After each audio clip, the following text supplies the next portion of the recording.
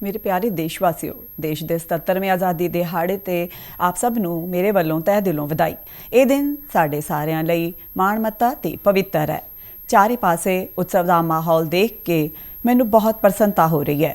ये प्रसन्नता अते माण दी गल है कि कस्बियां अते पिंडां विच यानी देश विच हर थां बच्चे, नौजवान ते बजुर्ग सारे उत्साह नाल आज़ादी दिहाड़े दे त्यौहार नूं मनाउण दी तैयारी कर रहे हैं। साडे देशवासी बहुत उत्साह नाल आज़ादी का अमृत महोत्सव मना रहे ने। आज़ादी दिहाड़े का उत्सव मैनू मेरे बचपन के दिनों की याद भी दिवांदा है। अपने पिंड के स्कूल विच सुतंत्रता दिवस समागम विच भाग लैण दी साडी खुशी रोकियां नहीं रुकदी सी। जदों तिरंगा फहराया जांदा सी उदों सानू लगदा सी जिवें साडे शरीर विच बिजली जही दौड़ गई होवे। देश भगती दे माण नाल भरे होए हिरदे दे नाल असी सारे कौमी झंडे नूं सलामी दिंदे सी ते राष्ट्र गान गांदे सी। मिठाइयां वंडियां जांदियां सन ते देश भगती दे गीत गाए जांदे सन जो कई दिनां तक साडे मन विच गूंजदे रहिंदे सन। ये मेरा सुभाग रहा है कि जदों मैं स्कूल विच अध्यापका बनी तां मैनूं उन्हां तजर्बिਆਂ नूं फिर ਤੋਂ ਜਿਉਣ ਦਾ मौका प्राप्त होया। ਜਦੋਂ ਅਸੀਂ ਵੱਡੇ ਹੁੰਦੇ ਹਾਂ ਤਾਂ ਅਸੀਂ ਆਪਣੀ ਖੁਸ਼ੀ ਨੂੰ ਬੱਚਿਆਂ ਦੀ ਤਰ੍ਹਾਂ ਜ਼ਾਹਰ ਨਹੀਂ ਕਰ ਪਾਉਂਦੇ, ਪਰ ਮੈਨੂੰ ਵਿਸ਼ਵਾਸ ਹੈ ਕੌਮੀ ਦਿਹਾੜਿਆਂ ਨਾਲ ਜੁੜੀ ਦੇਸ਼ ਭਗਤੀ ਦੀ ਡੂੰਘੀ ਭਾਵਨਾ ਵਿੱਚ ਰੱਤਾ ਵੀ ਕਮੀ ਨਹੀਂ ਆਉਂਦੀ ਹੈ। ਆਜ਼ਾਦੀ ਦਿਹਾੜਾ ਸਾਨੂੰ ਇਹ ਯਾਦ ਦਿਵਾਉਂਦਾ ਹੈ ਕਿ ਅਸੀਂ ਕੇਵਲ ਇੱਕ ਵਿਅਕਤੀ ਹੀ ਨਹੀਂ ਹਾਂ, ਬਲਕਿ ਅਸੀਂ ਇੱਕ ਅਜਿਹੇ ਮਹਾਨ ਲੋਕ ਭਾਈਚਾਰੇ ਦਾ ਹਿੱਸਾ ਹਾਂ ਜੋ ਆਪਣੀ ਤਰ੍ਹਾਂ ਦਾ ਸਭ ਤੋਂ ਵੱਡਾ ਅਤੇ ਜੀਵੰਤ ਭਾਈਚਾਰਾ ਹੈ। ਇਹ ਦੁਨੀਆ ਦੇ ਸਭ ਤੋਂ ਵੱਡੇ ਲੋਕਤੰਤਰ ਦੇ ਨਾਗਰਿਕਾਂ ਦਾ ਭਾਈਚਾਰਾ ਹੈ। ਜਦੋਂ ਅਸੀਂ ਸੁਤੰਤਰਤਾ ਦਿਵਸ ਸਮਾਗਮ ਮਨਾਉਂਦੇ ਹਾਂ ਤਾਂ ਅਸਲ ਵਿੱਚ ਅਸੀਂ ਇੱਕ ਮਹਾਨ ਲੋਕਤੰਤਰ ਦੇ ਨਾਗਰਿਕ ਹੋਣ ਦਾ ਉਤਸਵ ਵੀ ਮਨਾਉਂਦੇ ਹਾਂ। ਸਾਡੇ ਵਿੱਚੋਂ ਹਰੇਕ ਦੀ ਵੱਖ-ਵੱਖ ਪਛਾਣ ਹੈ। ਜਾਤ, ਪੰਥ, ਭਾਸ਼ਾ ਅਤੇ ਖੇਤਰ ਤੋਂ ਇਲਾਵਾ ਸਾਡੀ ਆਪਣੀ ਪਰਿਵਾਰ ਅਤੇ ਕਾਰਜ ਖੇਤਰ ਨਾਲ ਜੁੜੀ ਪਛਾਣ ਵੀ ਹੁੰਦੀ ਹੈ। ਲੇਕਿਨ ਸਾਡੀ ਇੱਕ ਪਛਾਣ ਅਜਿਹੀ ਹੈ ਜੋ ਇਹਨਾਂ ਸਾਰਿਆਂ ਤੋਂ ਉੱਪਰ ਹੈ ਤੇ ਸਾਡੀ ਉਹ ਪਛਾਣ ਹੈ ਭਾਰਤ ਦਾ ਨਾਗਰਿਕ ਹੋਣਾ। ਅਸੀਂ ਸਾਰੇ ਸਮਾਨ ਰੂਪ ਨਾਲ ਇਸ ਮਹਾਨ ਦੇਸ਼ ਦੇ ਨਾਗਰਿਕ ਹਾਂ। ਸਾਨੂੰ ਸਾਰਿਆਂ ਨੂੰ ਸਮਾਨ ਮੌਕੇ ਤੇ ਹੱਕ ਉਪਲਬਧ ਨੇ ਤੇ ਸਾਡੇ ਫਰਜ਼ ਵੀ ਸਮਾਨ ਹਨ। लेकिन अजिहा हमेशा नहीं सी। भारत लोकतंत्र की जननी है ਅਤੇ पुरातन काल विच भी साडे इत्थे जमीनी पद्धर ते लोकतंत्री संस्थावां स्थापित सन, पर लंबे समय तक चले बस्तीवादी शासन ने उन्हां लोकतंत्री संस्थावां नूं मिटा दिता सी। 15 अगस्त 1947 दे दिन देश ने एक नवां सवेरा देखा। उस दिन ਅਸੀਂ ਵਿਦੇਸ਼ੀ ਸ਼ਾਸਨ ਤੋਂ ਆਜ਼ਾਦੀ ਤਾਂ ਹਾਸਲ ਕੀਤੀ ਹੀ, ਅਸੀਂ ਆਪਣੀ ਕਿਸਮਤ ਦਾ ਨਿਰਮਾਣ ਕਰਨ ਦੀ ਸੁਤੰਤਰਤਾ ਵੀ ਪ੍ਰਾਪਤ ਕੀਤੀ। ਸਾਡੀ ਆਜ਼ਾਦੀ ਦੇ ਨਾਲ ਵਿਦੇਸ਼ੀ ਸ਼ਾਸਕਾਂ ਵੱਲੋਂ ਬਸਤੀਆਂ ਨੂੰ ਛੱਡਣ ਦਾ ਦੌਰ ਸ਼ੁਰੂ ਹੋਇਆ ਤੇ ਬਸਤੀਵਾਦ ਖਤਮ ਹੋਣ ਲੱਗਾ।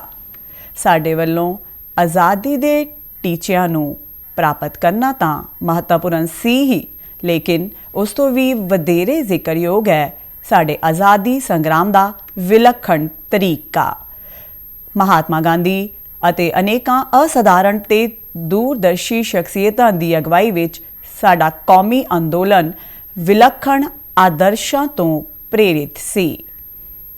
ਗਾਂਧੀ ਜੀ ਅਤੇ ਹੋਰਨਾਂ ਮਹਾਨਾਇਕਾਂ ਨੇ ਭਾਰਤ ਦੀ ਆਤਮਾ ਨੂੰ ਫਿਰ ਤੋਂ ਜਗਾਇਆ ਅਤੇ ਸਾਡੀ ਮਹਾਨ ਸੱਭਿਅਤਾ ਦੀਆਂ ਕਦਰਾਂ ਕੀਮਤਾਂ ਦਾ ਜਨ ਜਨ ਵਿੱਚ ਸੰਚਾਰ ਕੀਤਾ। ਭਾਰਤ ਦੀ ਚਲੰਤ ਉਦਾਹਰਨ ਦੀ ਪਾਲਣਾ ਕਰਦੇ ਹੋਏ ਸਾਡੇ ਆਜ਼ਾਦੀ ਸੰਗਰਾਮ ਦੀ ਨੀਂਹ ਸੱਚ ਅਤੇ ਅਹਿੰਸਾ ਨੂੰ ਪੂਰੀ ਦੁਨੀਆ ਦੇ ਅਨੇਕਾਂ ਸਿਆਸੀ ਸੰਘਰਸ਼ਾਂ ਵਿੱਚ ਸਫਲਤਾਪੂਰਵਕ ਅਪਣਾਇਆ ਗਿਆ ਹੈ। ਆਜ਼ਾਦੀ ਦਿਹਾੜੇ ਦੀ ਪੂਰਵ ਸੰਧਿਆ ਤੇ ਮੈਂ ਭਾਰਤ ਦੇ ਨਾਗਰਿਕਾਂ ਨਾਲ एकजुट हो के सारे ज्ञात ते अज्ञात आज़ादी घुलाटियां नूं भावभीनी श्रद्धांजलि भेंट करदी हाँ। ਉਹਨਾਂ ਦੇ ਅਣਗਿਣਤ ਬਲੀਦਾਨਾਂ ਨਾਲ ਭਾਰਤ ਨੇ ਆਲਮੀ ਭਾਈਚਾਰੇ ਵਿੱਚ ਆਪਣਾ ਸਵੈ-ਮਾਣ ਭਰਪੂਰ ਸਥਾਨ ਫਿਰ ਤੋਂ ਪ੍ਰਾਪਤ ਕੀਤਾ। ਮਾਤੰਗਿਨੀ ਹਾਜਰਾ ਤੇ ਕਨਕਲਤਾ ਬਰੂਆ ਜਿਹੀਆਂ ਵੀਰ ਨਾਰੀਆਂ ਨੇ ਭਾਰਤ ਮਾਤਾ ਲਈ ਆਪਣੇ ਪ੍ਰਾਣ ਵਾਰ ਦਿੱਤੇ। ਮਾਂ ਕਸਤੂਰਬਾ ਰਾਸ਼ਟਰਪਿਤਾ ਮਹਾਤਮਾ ਗਾਂਧੀ ਦੇ ਨਾਲ ਕਦਮ ਮਿਲਾ ਕੇ ਸਤਿਆਗ੍ਰਹਿ ਦੇ ਰਾਹ ਤੇ ਚੱਲਦੇ ਰਹੇ।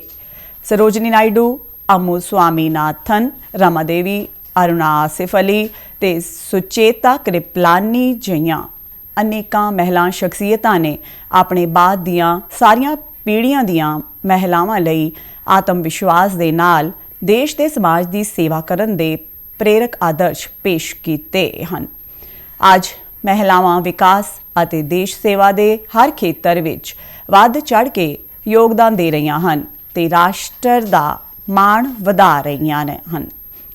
ਅੱਜ ਸਾਡੀਆਂ ਮਹਿਲਾਵਾਂ ਨੇ ਅਜਿਹੇ ਅਨੇਕਾਂ ਖੇਤਰਾਂ ਵਿੱਚ ਆਪਣਾ ਵਿਸ਼ੇਸ਼ ਸਥਾਨ ਬਣਾ ਲਿਆ ਹੈ, ਜਿਨ੍ਹਾਂ ਵਿੱਚ ਕੁਝ ਦਹਾਕੇ ਪਹਿਲਾਂ ਉਹਨਾਂ ਦੀ ਭਾਗੀਦਾਰੀ ਦੀ ਕਲਪਨਾ ਵੀ ਨਹੀਂ ਕੀਤੀ ਜਾ ਸਕਦੀ ਸੀ।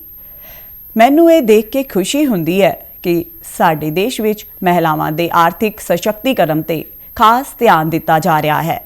ਆਰਥਿਕ ਸਸ਼ਕਤੀਕਰਨ ਨਾਲ ਪਰਿਵਾਰ ਤੇ ਸਮਾਜ ਵਿੱਚ ਮਹਿਲਾਵਾਂ ਦੀ ਸਥਿਤੀ ਮਜ਼ਬੂਤ ਹੁੰਦੀ ਹੈ। ਮੈਂ ਸਾਰੇ ਦੇਸ਼ਵਾਸੀਆਂ ਨੂੰ ਬੇਨਤੀ ਕਰਦੀ ਹਾਂ ਕਿ ਉਹ ਮਹਿਲਾ ਸਸ਼ਕਤੀਕਰਨ ਨੂੰ ਤਰਜੀਹ ਦੇਣ। ਮੈਂ ਚਾਹਾਂਗੀ ਕਿ ਸਾਡੀਆਂ ਭੈਣਾਂ ਅਤੇ ਧੀਆਂ ਹੌਸਲੇ ਦੇ ਨਾਲ ਹਰ ਤਰ੍ਹਾਂ ਦੀਆਂ ਚੁਣੌਤੀਆਂ ਦਾ ਸਾਹਮਣਾ ਕਰਨ ਅਤੇ ਜੀਵਨ ਵਿੱਚ ਅੱਗੇ ਵਧਣ। ਮਹਿਲਾਵਾਂ ਦਾ ਵਿਕਾਸ ਸੁਤੰਤਰਤਾ ਸੰਗਰਾਮ ਦੇ ਆਦਰਸ਼ਾਂ ਵਿੱਚ ਸ਼ਾਮਿਲ ਹੈ। ਪਿਆਰੇ ਦੇਸ਼ਵਾਸੀਓ, ਆਜ਼ਾਦੀ ਦਿਹਾੜਾ ਸਾਡੇ ਲਈ ਆਪਣੇ ਇਤਿਹਾਸ ਨਾਲ ਮੁੜ ਜੁੜਨ ਦਾ ਮੌਕਾ ਹੁੰਦਾ ਹੈ। ਇਹ ਸਾਡੇ ਵਰਤਮਾਨ ਦਾ ਮੁਲਾਂਕਣ ਕਰਨ ਅਤੇ ਭਵਿੱਖ ਦਾ ਰਾਹ ਬਣਾਉਣ ਦੇ ਬਾਰੇ ਵਿੱਚ ਚਿੰਤਨ ਕਰਨ ਦਾ ਮੌਕਾ ਵੀ ਹੈ। ਅੱਜ ਅਸੀਂ ਦੇਖ ਰਹੇ ਹਾਂ ਕਿ ਭਾਰਤ ਨੇ ਨਾ ਕੇਵਲ ਆਲਮੀ ਮੰਚ ਤੇ ਆਪਣਾ ਢੁਕਵਾਂ ਸਥਾਨ ਬਣਾਇਆ ਹੈ, ਬਲਕਿ ਕੌਮਾਂਤਰੀ ਵਿਵਸਥਾ ਵਿੱਚ ਆਪਣਾ ਮਾਨ ਸਨਮਾਨ ਵੀ ਵਧਾਇਆ ਹੈ। ਆਪਣੀਆਂ ਯਾਤਰਾਵਾਂ ਅਤੇ ਪ੍ਰਵਾਸੀ ਭਾਰਤੀਆਂ ਨਾਲ ਗੱਲਬਾਤ ਦੌਰਾਨ ਮੈਂ ਆਪਣੇ ਦੇਸ਼ ਦੇ ਪ੍ਰਤੀ ਉਹਨਾਂ ਵਿੱਚ ਇੱਕ ਨਵੇਂ ਭਰੋਸੇ ਅਤੇ ਮਾਣ ਦਾ ਭਾਵ ਦੇਖਿਆ ਹੈ। ਭਾਰਤ ਪੂਰੀ ਦੁਨੀਆ ਵਿੱਚ ਵਿਕਾਸ ਦੇ ਟੀਚਿਆਂ ਅਤੇ ਮਨੁੱਖੀ ਸਹਿਯੋਗ ਨੂੰ ਪ੍ਰਫੁੱਲਿਤ ਕਰਨ ਵਿੱਚ ਮਹੱਤਵਪੂਰਨ ਭੂਮਿਕਾ ਨਿਭਾ ਰਿਹਾ ਹੈ। ਭਾਰਤ ਨੇ ਕੌਮਾਂਤਰੀ ਮੰਚਾਂ ਤੇ ਮੋਹਰੀ ਸਥਾਨ ਬਣਾਇਆ ਹੈ ਅਤੇ G20 ਦੇਸ਼ਾਂ ਦੀ ਪ੍ਰਧਾਨਗੀ ਦਾ ਜ਼ਿੰਮਾ ਵੀ ਸੰਭਾਲਿਆ ਹੈ। ਕਿਉਂਕਿ G20 ਸਮੂਹ ਦੁਨੀਆ ਦੀ 2/3 ਆਬਾਦੀ ਦੀ ਨੁਮਾਇੰਦਗੀ ਕਰਦਾ ਹੈ, ਇਸ ਲਈ ਇਹ ਸਾਡੇ ਲਈ ਆਲਮੀ ਤਰਜੀਹਾਂ ਨੂੰ ਸਹੀ ਦਿਸ਼ਾ ਵਿੱਚ ਲਿਜਾਣ ਦਾ ਇੱਕ ਵਿਲੱਖਣ ਮੌਕਾ ਹੈ। G20 ਦੀ ਪ੍ਰਧਾਨਗੀ ਦੇ ਮਾਧਿਅਮ ਨਾਲ ਭਾਰਤ ਵਪਾਰ ਅਤੇ ਵਿੱਤ ਦੇ ਖੇਤਰਾਂ ਵਿੱਚ ਹੋ ਰਹੇ ਫੈਸਲਿਆਂ ਨੂੰ ਨਿਆਂ ਸੰਗਤ ਤਰੱਕੀ ਵੱਲ ਲਿਜਾਣ ਵਿੱਚ ਯਤਨਸ਼ੀਲ ਹੈ। ਵਪਾਰ ਅਤੇ ਵਿੱਤ ਤੋਂ ਇਲਾਵਾ ਮਨੁੱਖੀ ਵਿਕਾਸ ਦੇ ਨਾਲ ਜੁੜੇ ਵਿਸ਼ੇ ਵੀ ਕਾਰਜ ਸੂਚੀ ਵਿੱਚ ਸ਼ਾਮਿਲ ਕੀਤੇ ਗਏ ਹਨ। ਅਜਿਹੇ ਕਈ ਮੁੱਦੇ ਹਨ ਜੋ ਪੂਰੀ ਮਨੁੱਖਤਾ ਲਈ ਮਹੱਤਵਪੂਰਨ ਹਨ ਤੇ ਕਿਸੇ ਭੂਗੋਲਿਕ ਹੱਦ ਨਾਲ ਬੰਨੇ ਹੋਏ ਨਹੀਂ ਹਨ। ਮੈਨੂੰ ਭਰੋਸਾ ਹੈ ਕਿ ਭਾਰਤ ਦੀ ਪ੍ਰਭਾਵੀ ਅਗਵਾਈ ਦੇ ਨਾਲ G20 ਦੇ ਮੈਂਬਰ ਦੇਸ਼ ਉਹਨਾਂ ਮੋਰਚਿਆਂ ਤੇ ਉਪਯੋਗੀ ਕਾਰਵਾਈ ਨੂੰ ਅੱਗੇ ਵਧਾਉਣਗੇ। ਭਾਰਤ ਦੀ G20 ਦੀ ਪ੍ਰਧਾਨਗੀ ਵਿੱਚ ਇੱਕ ਨਵੀਂ ਗੱਲ ਇਹ ਹੈ ਕਿ ਡਿਪਲੋਮੇਸੀ ਨੂੰ ਜ਼ਮੀਨ ਨਾਲ ਜੋੜਿਆ ਗਿਆ ਹੈ। ਇੱਕ ਕੌਮਾਂਤਰੀ ਕੂਟਨੀਤਿਕ ਗਤੀਵਿਧੀ ਵਿੱਚ ਲੋਕਾਂ ਦੀ ਭਾਗੀਦਾਰੀ ਨੂੰ ਉਤਸ਼ਾਹਿਤ ਕਰਨ ਲਈ ਆਪਣੀ ਤਰ੍ਹਾਂ ਦਾ ਪਹਿਲਾ ਅਭਿਆਨ ਚਲਾਇਆ ਗਿਆ ਹੈ। ਉਦਾਹਰਣ ਦੇ ਲਈ ਇਹ ਦੇਖ ਕੇ ਮੈਨੂੰ ਚੰਗਾ ਲੱਗਿਆ ਕਿ ਸਕੂਲਾਂ ਅਤੇ ਕਾਲਜਾਂ ਵਿੱਚ G20 ਨਾਲ ਜੁੜੇ ਵਿਸ਼ਿਆਂ ਤੇ ਕਰਵਾਈਆਂ ਜਾ ਰਹੀਆਂ ਗਤੀਵਿਧੀਆਂ ਵਿੱਚ ਵਿਦਿਆਰਥੀ ਉਤਸ਼ਾਹਪੂਰਵਕ ਭਾਗ ਲੈ ਰਹੇ ਹਨ। G20 ਨਾਲ ਜੁੜੇ ਪ੍ਰੋਗਰਾਮਾਂ ਦੇ ਬਾਰੇ ਵਿੱਚ ਸਾਰੇ ਨਾਗਰਿਕਾਂ ਵਿੱਚ ਬਹੁਤ ਉਤਸ਼ਾਹ ਦੇਖਣ ਨੂੰ ਮਿਲ ਰਿਹਾ ਹੈ। ਪਿਆਰੇ ਦੇਸ਼ਵਾਸੀਓ, ਸਸ਼ਕਤੀਕਰਨ ਦੀ ਭਾਵਨਾ ਨਾਲ ਭਰਪੂਰ ਇਸ ਉਤਸ਼ਾਹ ਦਾ ਸੰਚਾਰ ਅੱਜ ਸੰਭਵ ਹੋ ਸਕਿਆ ਹੈ ਕਿਉਂਕਿ ਸਾਡਾ ਦੇਸ਼ ਸਾਰੇ ਮੋਰਚਿਆਂ ਤੇ ਚੰਗੀ ਤਰੱਕੀ ਕਰ ਰਿਹਾ ਹੈ। ਮੁਸ਼ਕਿਲ ਦੌਰ ਵਿੱਚ ਭਾਰਤ ਦੀ ਅਰਥ ਵਿਵਸਥਾ ਨਾ ਸਿਰਫ ਸਮਰੱਥ ਸਿੱਧ ਹੋਈ ਹੈ ਬਲਕਿ ਦੂਜਿਆਂ ਦੇ ਲਈ ਆਸ ਦਾ ਸਰੋਤ ਵੀ ਬਣੀ ਹੈ। ਦੁਨੀਆ ਦੀਆਂ ਜ਼ਿਆਦਾਤਰ ਅਰਥ ਵਿਵਸਥਾਵਾਂ ਨਾਜ਼ੁਕ ਦੌਰ ਵਿੱਚੋਂ ਲੰਘ ਰਹੀਆਂ ਹਨ। ਆਲਮੀ ਮਹਾਮਾਰੀ ਦੇ ਕਾਰਨ ਹੋਏ ਆਰਥਿਕ ਸੰਕਟ ਵਿੱਚੋਂ ਵਿਸ਼ਵ ਭਾਈਚਾਰਾ ਪੂਰੀ ਤਰ੍ਹਾਂ ਬਾਹਰ ਨਹੀਂ ਆ ਸਕਿਆ ਸੀ ਕਿ ਕੌਮਾਂਤਰੀ ਮੰਚ ਤੇ ਹੋ ਰਹੀਆਂ ਘਟਨਾਵਾਂ ਨਾਲ ਅਨਿਸ਼ਚਿਤਤਾ ਦਾ ਮਾਹੌਲ ਹੋਰ ਵੀ ਗੰਭੀਰ ਹੋ ਗਿਆ ਹੈ। ਫਿਰ ਵੀ ਸਰਕਾਰ ਔਖੇ ਹਾਲਾਤ ਦਾ ਚੰਗੀ ਤਰ੍ਹਾਂ ਸਾਹਮਣਾ ਕਰਨ ਵਿੱਚ ਸਮਰਥ ਰਹੀ ਹੈ। ਦੇਸ਼ ਨੇ ਚੁਣੌਤੀਆਂ ਨੂੰ ਮੌਕਿਆਂ ਵਿੱਚ ਬਦਲਿਆ ਹੈ ਤੇ ਪ੍ਰਭਾਵਸ਼ਾਲੀ GDP ਗ੍ਰੋਥ ਵੀ ਦਰਜ ਕੀਤੀ ਹੈ।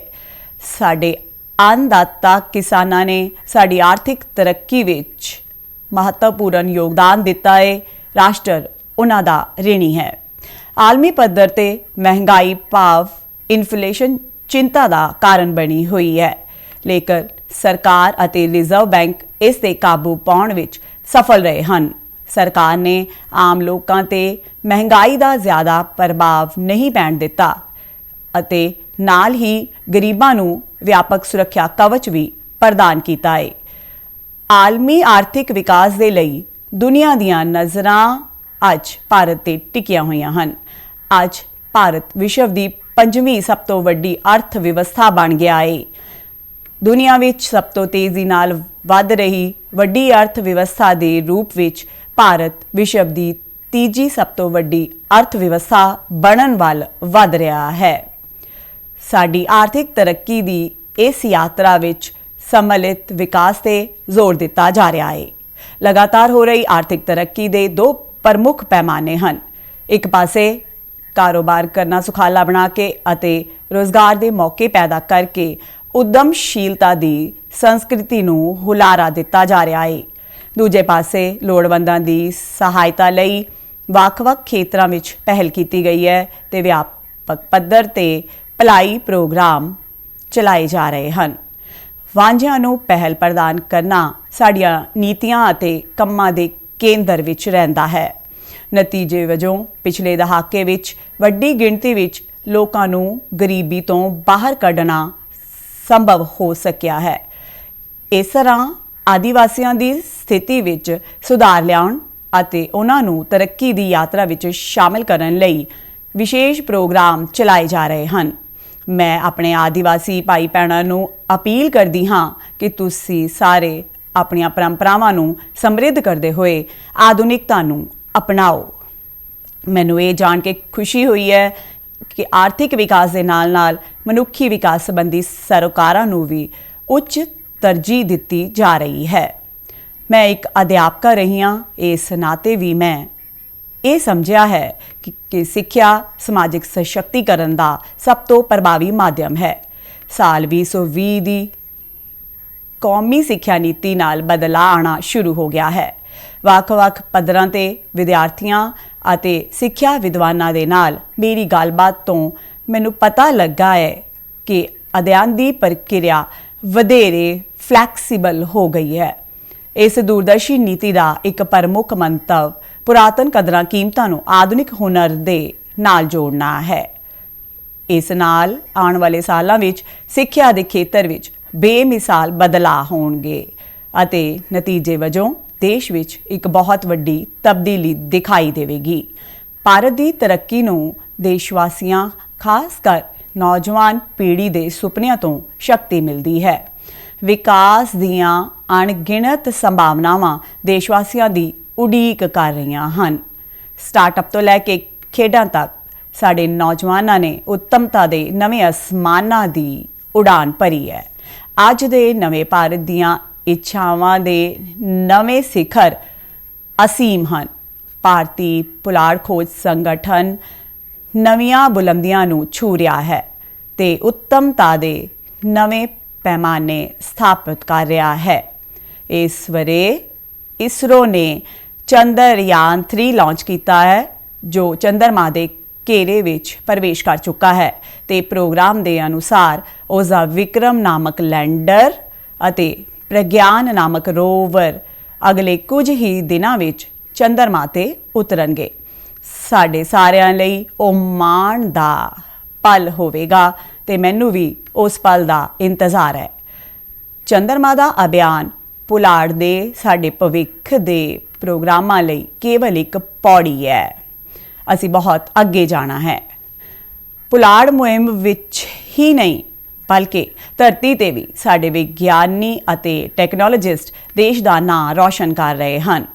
ਖੋਜ, ਨਵੀਨਤਾ ਤੇ ਉਦਮਸ਼ੀਲਤਾ ਨੂੰ ਹੁਲਾਰਾ ਦੇਣ ਲਈ ਅਗਲੇ 5 ਸਾਲਾਂ ਵਿੱਚ 50,000 ਕਰੋੜ ਰੁਪਏ ਦੀ ਰਕਮ ਦੇ ਨਾਲ ਸਰਕਾਰ ਵੱਲੋਂ ਅਨੁਸੰਧਾਨ ਨੈਸ਼ਨਲ ਰਿਸਰਚ ਫਾਊਂਡੇਸ਼ਨ ਸਥਾਪਿਤ ਕੀਤਾ ਜਾ ਰਿਹਾ ਹੈ।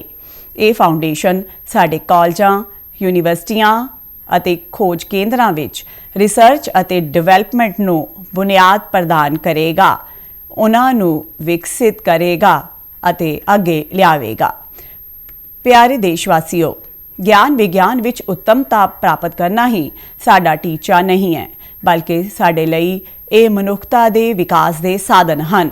ਇੱਕ ਖੇਤਰ ਜਿਸ ਤੇ ਪੂਰੀ ਦੁਨੀਆ ਦੇ ਵਿਗਿਆਨੀਆਂ ਅਤੇ ਨੀਤੀਕਾਰਿਆਂ ਨੂੰ ਹੋਰ ਵਧੇਰੇ ਤਤਪਰਤਾ ਨਾਲ ਧਿਆਨ ਦੇਣਾ ਚਾਹੀਦਾ ਹੈ, ਉਹ ਹੈ ਜਲਵਾਯੂ ਤਬਦੀਲੀ। ਹਾਲ ਹੀ ਦੇ ਸਾਲਾਂ ਵਿੱਚ ਵੱਡੀ ਗਿਣਤੀ ਵਿੱਚ ਐਕਸਟ੍ਰੀਮ ਵੈਦਰ ਇਵੈਂਟਸ ਹੋਏ ਹਨ। ਦੇਸ਼ ਦੇ ਕਈ ਹਿੱਸਿਆਂ ਵਿੱਚ ਅਸਾਧਾਰਨ ਹੜ੍ਹਾਂ ਦਾ ਸਾਹਮਣਾ ਕਰਨਾ ਪਿਆ ਹੈ। ਕੁਝ ਸਥਾਨ ਸੋਕੇ ਦੀ ਮਾਰ ਚੱਲਦੇ ਹਨ। ਇਹਨਾਂ ਸਾਰਿਆਂ ਦਾ ਇੱਕ ਮੁੱਖ ਕਾਰਨ ਗਲੋਬਲ ਵਾਰਮਿੰਗ ਨੂੰ ਵੀ ਮੰਨਿਆ ਜਾਂਦਾ ਹੈ।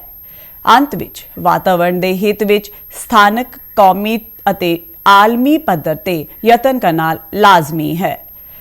ਇਸ ਸੰਬੰਧ ਵਿੱਚ ਇਹ ਜ਼ਿਕਰਯੋਗ ਹੈ ਕਿ ਨਵਿਆਣਯੋਗ ਊਰਜਾ ਦੇ ਖੇਤਰ ਵਿੱਚ ਅਸੀਂ ਬੇਮਿਸਾਲ ਟੀਚਿਆਂ ਨੂੰ ਪ੍ਰਾਪਤ ਕੀਤਾ ਹੈ।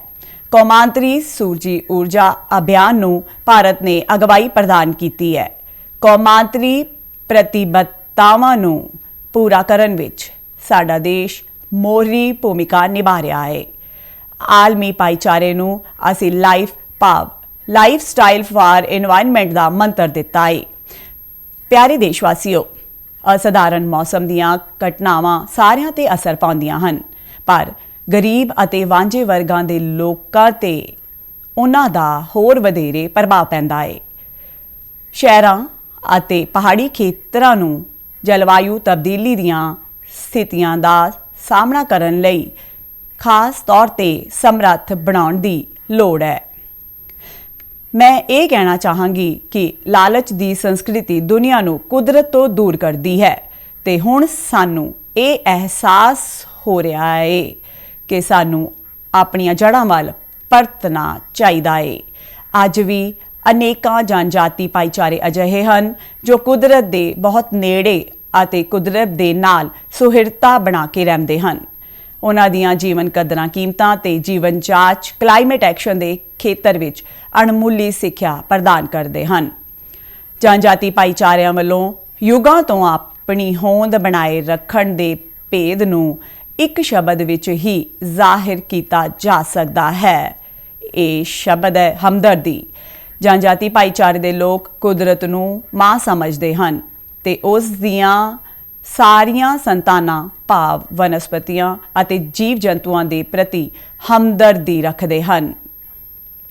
ਕਦੇ-ਕਦੇ ਦੁਨੀਆ ਵਿੱਚ ਹਮਦਰਦੀ ਦੀ ਘਾਟ ਮਹਿਸੂਸ ਹੁੰਦੀ ਹੈ, ਪਰ ਇਤਿਹਾਸ ਗਵਾਹ ਹੈ ਕਿ ਅਜਿਹੇ ਦੌਰ ਕੇਵਲ ਕੁਝ ਸਮੇਂ ਲਈ ਹੀ ਆਉਂਦੇ ਹਨ, ਕਿਉਂਕਿ ਦਇਆ ਸਾਡਾ ਮੂਲ ਸੁਭਾਅ ਹੈ। ਮੇਰਾ ਤਜਰਬਾ ਹੈ ਕਿ ਮਹਿਲਾਵਾਂ ਹਮਦਰਦੀ ਦੇ ਮਹੱਤਵ ਨੂੰ ਹੋਰ ਡੂੰਘਾਈ ਨਾਲ ਮਹਿਸੂਸ ਕਰਦੀਆਂ ਹਨ ਤੇ ਜਦੋਂ ਮਨੁੱਖਤਾ ਆਪਣੇ ਰਸਤੇ ਤੋਂ ਭਟਕਦੀ ਹੈ ਤਾਂ ਉਹ ਸਹੀ ਰਸਤਾ ਦਿਖਾਉਂਦੀਆਂ ਹਨ। ਸਾਡੇ ਦੇਸ਼ ਨੇ ਨਵੇਂ ਸੰਕਲਪਾਂ ਦੇ ਨਾਲ ਅੰਮ੍ਰਿਤਕਾਲ ਵਿੱਚ ਪ੍ਰਵੇਸ਼ ਕੀਤਾ ਹੈ ਤੇ ਅਸੀਂ ਭਾਰਤ ਨੂੰ 2047 ਤੱਕ ਇੱਕ ਵਿਕਸਿਤ ਰਾਸ਼ਟਰ ਬਣਾਉਣ ਦੀ ਦਿਸ਼ਾ ਵਿੱਚ ਅੱਗੇ ਵਧ ਰਹੇ ਹਾਂ। ਆਓ ਅਸੀਂ ਸਾਰੇ ਆਪਣੇ ਸੰਵਿਧਾਨਿਕ ਮੁੱਢਲੇ ਫਰਜ਼ਾਂ ਨੂੰ ਨਿਭਾਉਣ ਦਾ ਸੰਕਲਪ ਲਈਏ ਤੇ ਵਿਅਕਤੀਗਤ ਤੇ ਸਮੂਹਿਕ ਗਤੀਵਿਧੀਆਂ ਦੇ ਸਾਰੇ ਖੇਤਰਾਂ ਵਿੱਚ ਪ੍ਰਫੁੱਲਿਤ ਹੋਣ ਵੱਲ ਅੱਗੇ ਵਧਣ ਦਾ ਨਿਰੰਤਰ ਯਤਨ ਕਰੀਏ ਤਾਂ ਜੋ ਸਾਡਾ ਦੇਸ਼ ਲਗਾਤਾਰ ਤਰੱਕੀ ਕਰਦੇ ਹੋਏ ਯਤਨਾਂ ਅਤੇ ਪ੍ਰਾਪਤੀਆਂ ਦੀਆਂ ਨਵੀਆਂ ਬੁਲੰਦੀਆਂ ਨੂੰ ਹਾਸਲ ਕਰੇ। ਪਿਆਰੇ ਦੇਸ਼ਵਾਸੀਓ, ਸਾਡਾ ਸੰਵਿਧਾਨ ਸਾਡਾ ਮਾਰਗਦਰਸ਼ਕ ਦਸਤਾਵੇਜ਼ ਹੈ। ਸੰਵਿਧਾਨ ਦੀ ਪ੍ਰਸਤਾਵਨਾ ਵਿੱਚ ਸਾਡੇ ਆਜ਼ਾਦੀ ਸੰਗਰਾਮ ਦੇ ਆਦਰਸ਼ ਸਮਾਏ ਹਨ। ਆਓ ਅਸੀਂ ਆਪਣੇ ਰਾਸ਼ਟਰ ਨਿਰਮਾਤਾਵਾਂ ਦੇ ਸੁਪਨਿਆਂ ਨੂੰ ਪੂਰਾ ਕਰਨ ਲਈ ਸਦਭਾਵਨਾ ਅਤੇ ਭਾਈਚਾਰੇ ਦੀ ਭਾਵਨਾ ਨਾਲ ਅੱਗੇ ਵਧੀਏ। ਆਜ਼ਾਦੀ ਦਿਹਾੜੇ ਦੀ ਪੁਰਬ ਸੰਧਿਆ ਤੇ ਮੈਂ ਮੁੜ ਤੁਹਾਨੂੰ ਸਾਰਿਆਂ ਨੂੰ, ਖਾਸ ਕਰ ਸਰਹੱਦਾਂ ਦੀ ਰਾਖੀ ਕਰਨ ਵਾਲੇ ਫੌਜ ਦੇ ਜਵਾਨਾਂ, ਅੰਦਰੂਨੀ ਸੁਰੱਖਿਆ ਪ੍ਰਦਾਨ ਕਰਨ ਵਾਲੇ ਸਾਰੇ ਬਲਾਂ ਅਤੇ ਪੁਲਿਸ ਦੇ ਜਵਾਨਾਂ ਤੇ ਦੁਨੀਆ ਦੇ ਵੱਖ-ਵੱਖ ਹਿੱਸਿਆਂ ਵਿੱਚ ਰਹਿਣ ਵਾਲੇ ਪ੍ਰਵਾਸੀ ਭਾਰਤੀਆਂ ਨੂੰ ਵਧਾਈ ਦਿੰਦੀ ਹਾਂ। ਸਾਰੇ ਪਿਆਰੇ ਦੇਸ਼ ਵਾਸੀਆਂ ਨੂੰ ਬਹੁਤ-ਬਹੁਤ ਸ਼ੁਭਕਾਮਨਾਵਾਂ। ਧੰਨਵਾਦ। ਜੈ ਹਿੰਦ, ਜੈ ਭਾਰਤ।